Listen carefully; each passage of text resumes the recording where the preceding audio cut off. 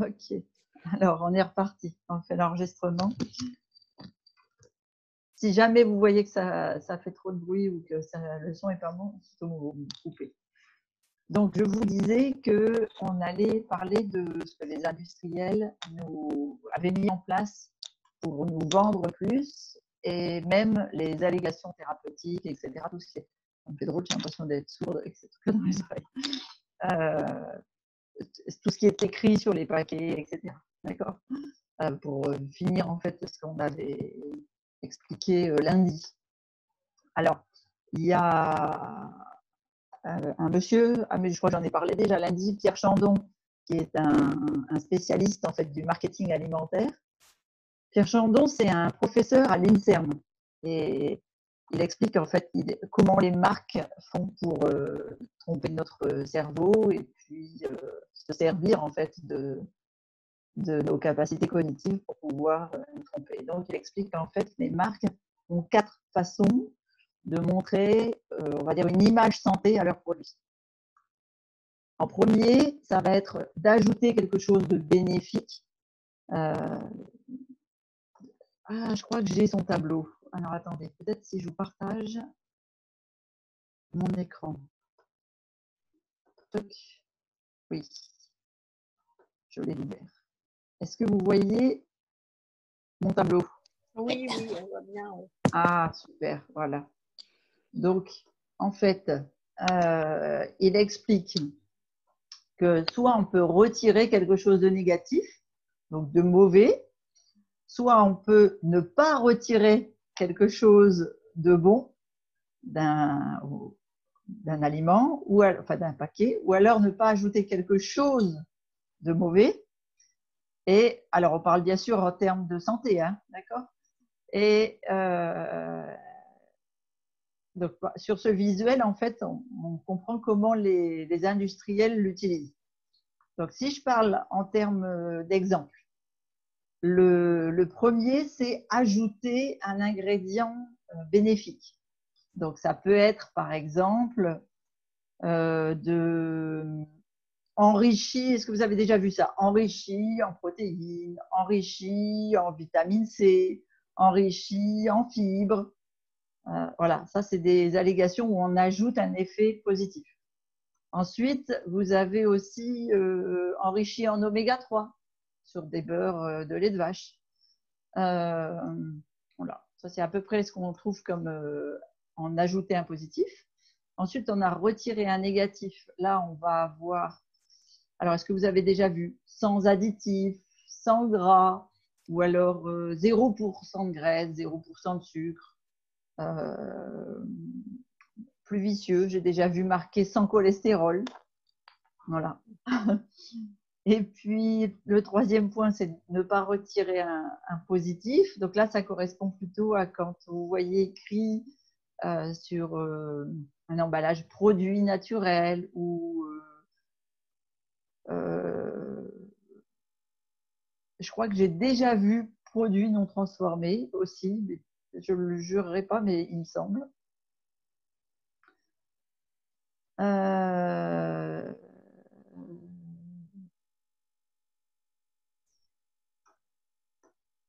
Hop là, ça m'a fermé ma fenêtre, non? Non. On voit toujours mon image partagée? Oui, oui, en plus Oui, petit. on voit toujours. Ouais. En plus petit. Alors, est-ce que je peux l'agrandir? Hop, comme ça, c'est plus grand. Vous voyez pas sur tout l'écran? Si. Non. Pas au milieu. Au milieu, oui, mais. Parce qu'après, si j'agrandis, j'ai peur que ce soit... Oui, que l'image, elle se coupe. Ouais, non, elle se coupe. Ouais. Bon, de toute façon, il n'y a pas énormément de choses décrites dessus. Et puis, le dernier, en fait, c'est ne pas ajouter un négatif. Ça correspond au message quand on prend une bouteille de sirop, par exemple, où c'est marqué sans colorant, sans conservateur, sans OGM, etc. Tous les messages, en fait, qui vont être mis sur le paquet d'un produit et qui ne sont factuellement pas faux, mais en fait, ils ne sont pas vraiment là pour contribuer à donner la vérité de la santé sur ce paquet-là, mais juste à donner une image santé d'un produit. Donc, hop là, voilà, je reprends la main sur le. Je préfère. Donc, l'image santé, ce n'est pas forcément vrai en fait.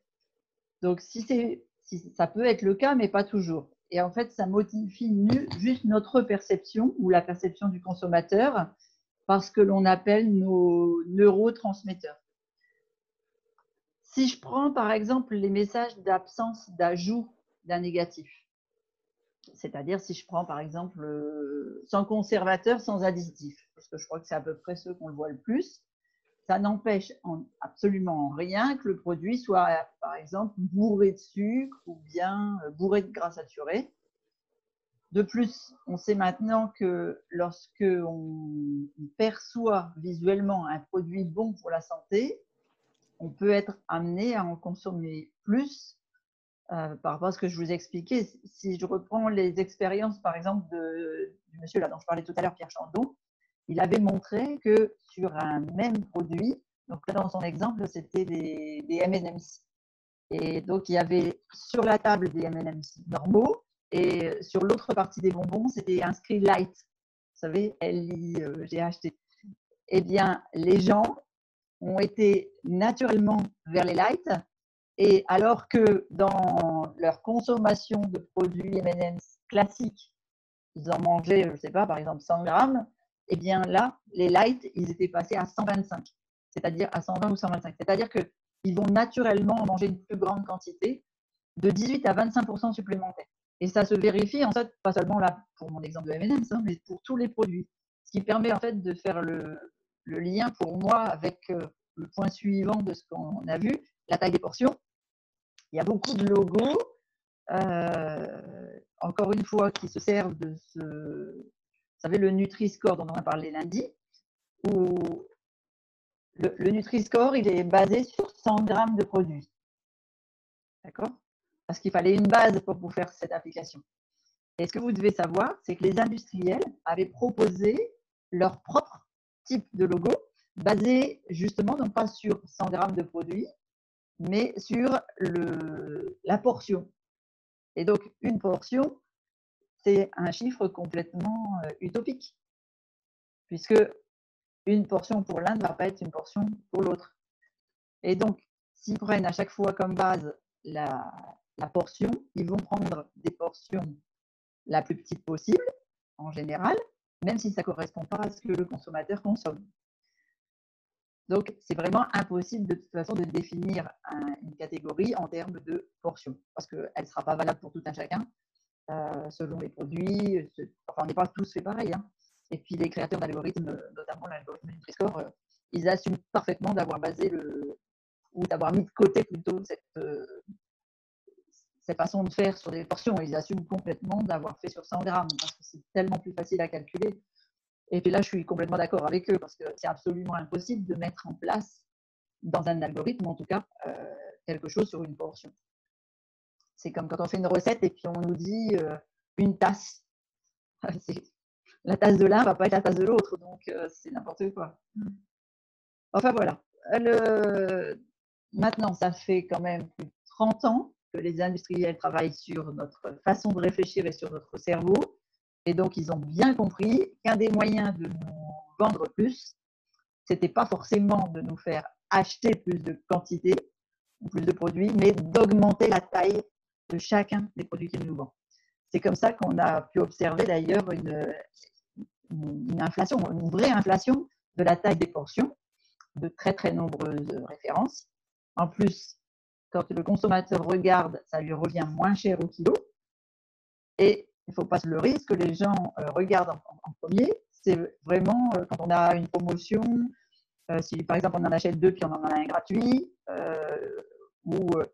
enfin, ça revient toujours au facteur prix.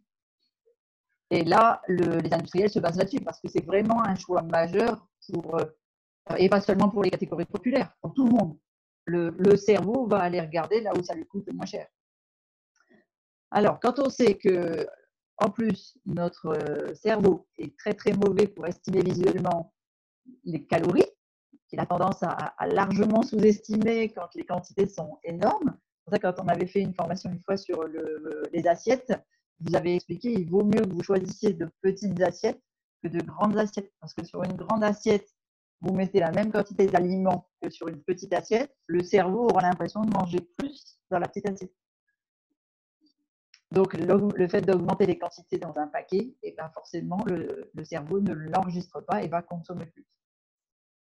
Et puis, si on dit aux consommateurs de limiter les produits avec une mauvaise note sur Nutri-Score, mais qu'il en achète des plus grandes portions, eh bien, ils vont tout de même consommer naturellement plus de des portions plus grandes. Après, alors c'est quelque chose qu'on voit aussi quand on va dans les chaînes de restauration rapide. Le travail sur la perception de l'individu. Je ne sais pas si vous avez fait attention à ça, mais la taille de ce qu'on appelle une portion normale aujourd'hui est complètement explosée avec les années à l'origine de la création de ces fast-food, en fait. On avait, alors quand les premières restaurations rapides ont ouvert, on avait un simple hamburger, d'accord, avec un steak de 125 grammes. On est ensuite passé au double burger avec 2 steaks de 100 grammes. Maintenant, on est au triple burger et ils font même des maxi burgers avec des steaks qui font presque 200 grammes ou 160, 180, 200 grammes. Et c'est la même chose pour les quantités de soda. La taille originelle de Coca-Cola sur les premiers restaurants rapides, c'était 16 centilitres, c'est-à-dire un verre. Maintenant, quand on va dans ces magasins-là pour avoir un petit soda, c'est 25 centilitres. Les moyens, c'est 40 et les grands, c'est 50 centilitres, c'est-à-dire un demi-litre. Les gens arrivent à avaler un demi-litre de liquide, alors que quand tu leur parles de boire un litre d'eau, ça leur paraît une énormité, alors que là, vous mangez et ils vont prendre un demi-litre de sucre. Et puis, il y a une étude qui est très récente qui a montré qu'aux États-Unis, le nombre de calories dans les desserts proposés par les restaurants de restauration rapide a augmenté les 30 dernières années de plus de 200 calories par dessert. C'est énorme. C'est-à-dire, vous savez, les glaces, des trucs comme ça. Après, un dernier point sur la stratégie des industriels vis-à-vis des produits, c'est la création de leur propre système de logo. Il en existe déjà plusieurs, qu'ils avaient cherché à imposer il y a quelques années, là, quand on a eu le développement du Nutri-Score. Mais je pense qu'il va certainement y en avoir des nouvelles qui vont apparaître, parce que le visuel est important, dans différents systèmes sur les paquets. Chaque marque va avoir le sien peut-être. Et l'objectif en fait de la marque, c'est de neutraliser cet effet du Nutri-Score et de donner à leurs propres produits une espèce d'image santé. Il y a un exemple là, qui date d'il y a une année à peu près, c'est Disney qui avait annoncé son propre logo qui s'appelle Disney Cuisine. Ah ouais, vous avez bien entendu. C'est un partenariat que Disney a fait avec plusieurs marques d'industriels qui, en plus d'utiliser leur propre logo, ils vont mettre maintenant sur leurs emballages les petits personnages Disney avec différentes couleurs, jaune, vert, orange, rouge. Donc, c'est censé montrer aux parents qu'ils peuvent acheter ces produits les yeux fermés pour leurs enfants, pour la santé de leurs enfants, parce qu'il y a des personnages Disney. Alors, aujourd'hui, quand on regarde sur quels emballages est mis ce petit logo de Disney, c'est hallucinant. Pour l'instant, on ne le retrouve que sur les paquets de céréales avec un enrichissement de 20% de sucre. C'est affolant. Ou alors, je l'ai vu aussi sur des bâtonnets de pâte fromagère. Donc, les trucs super addictifs. Donc, c'est un vrai foutage de gueule. Je vais dire que c'est l'oncle Picsou qui est content puisqu'il se frotte les mains. Voilà. Bon, alors là, j'ai vu toute la partie produit. Maintenant, j'aimerais vous parler de plus au niveau de... Alors, c'est un niveau un peu supérieur, les supermarchés. Comment sont gérés les supermarchés? Donc, vous savez sûrement que les distributeurs, c'est les différentes marques, vous savez, Yoplait, Danone, etc. Donc, ces gens-là passent la plupart de leur temps, ils payent des gens qui passent énormément de temps à réfléchir à la meilleure façon d'aménager un grand magasin pour que les gens achètent plus. Et il y a certains concepts de base que ces grandes enseignes ont déterminé, qui sont toujours valables aujourd'hui, comme, je sais pas, par exemple, le fait que certaines marques vont mettre en avant les fruits et légumes frais à l'entrée du magasin. Ça donne envie visuellement d'entrer. On a l'impression que c'est un magasin sain. Parce qu'une fois qu'on est dans le magasin et qu'on a acheté nos 4-5 fruits et légumes qui sont sains, le cerveau va emmagasiner qu'on a acheté du sain. Et donc, une fois qu'on a dépassé ce rayon fruits et légumes, eh bien, on sera tenté en tout cas, ils vont nous pousser à ça, d'acheter de la malbouffe. Le fait de mettre aussi les produits de base, comme le haut, le lait, au fond des magasins, pour obliger les clients à traverser tout le magasin pour aller chercher une bouteille d'eau. Ou bien alors mettre des basiques comme je sais pas, les œufs, par exemple, ou le beurre, bien camouflés dans des rayons ou des coins qui sont assez oubliés, pour obliger les consommateurs à faire, vous savez, tout un S là, à tourner en rond dans les rayons, etc. Parce que c'est des œufs que je veux, et donc je passe devant plein de choses. Voilà. Puis après, il y a l'aménagement de chaque rayon, chaque catégorie, de chaque produit. Et ça, c'est ce qu'on appelle, ça s'enseigne dans les écoles supérieures de commerce, de marketing. Ça s'appelle la catégorie management. Alors, pour faire simple, il va y avoir plein d'études pour comprendre les comportements d'achat des consommateurs. Et je vais prendre un exemple concret. Par exemple, si je prends le rayon yaourt, d'accord? Eh bien, ça va essayer de déterminer pourquoi est-ce que les gens distinguent, qu'est-ce que les gens cherchent? Est-ce qu'ils distinguent yaourt nature, yaourt aux fruits, yaourt aromatisé? Est-ce qu'ils distinguent produits allégés de produits normaux, bio ou non bio, etc. Pour au final définir comme un arbre de décision du consommateur moyen. Et on met ça ensuite, pas nous, mais les distributeurs de marques, mettent ça en parallèle avec leurs propres objectifs de vente, d'accord, pour atteindre ce qu'on appelle des performances de vente de certains produits. Et donc ensuite, le but, c'est de réorganiser le rayon des produits laitiers, par exemple, à des yaourts, pour que les gens en achètent plus, donc augmenter le panier moyen de la catégorie de personnes. Et ce qu'il faut savoir, c'est que c'est souvent les industriels qui sont à l'initiative de cette démarche d'aménagement, parce que c'est tout simplement, d'abord dans leur intérêt, forcément, c'est financier. Hein. Je vais vous citer un exemple. Par exemple, Danone va aller voir une succursale de magasin. Alors, je vais citer Carrefour, parce qu'on a un Carrefour là à côté de chez nous, en leur disant, regardez, j'ai fait mes calculs, si on aménage votre rayon selon ma proposition, forcément mes ventes augmenteront, mais il faut savoir que celles du rayon total vont augmenter de tant ou tant %. Donc, on sera gagnant-gagnant.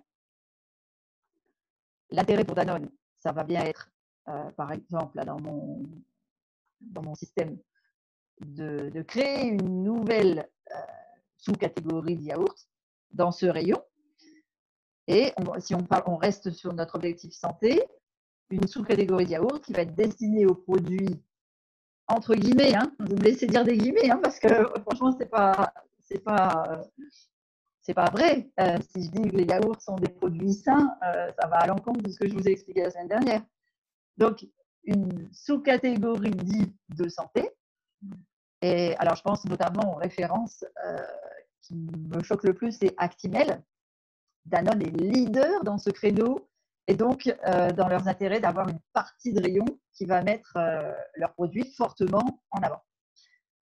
Danone est leader dans ce créneau Actimel et donc ça va être dans leur intérêt d'avoir une partie du rayon qui va mettre leurs produits fortement en avant.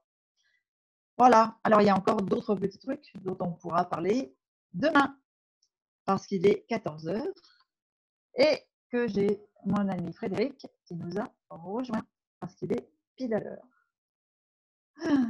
Est-ce que vous avez 2-3 questions par rapport à ce qu'on vient de dire?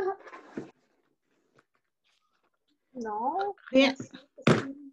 Mais de rien, c'était un plaisir.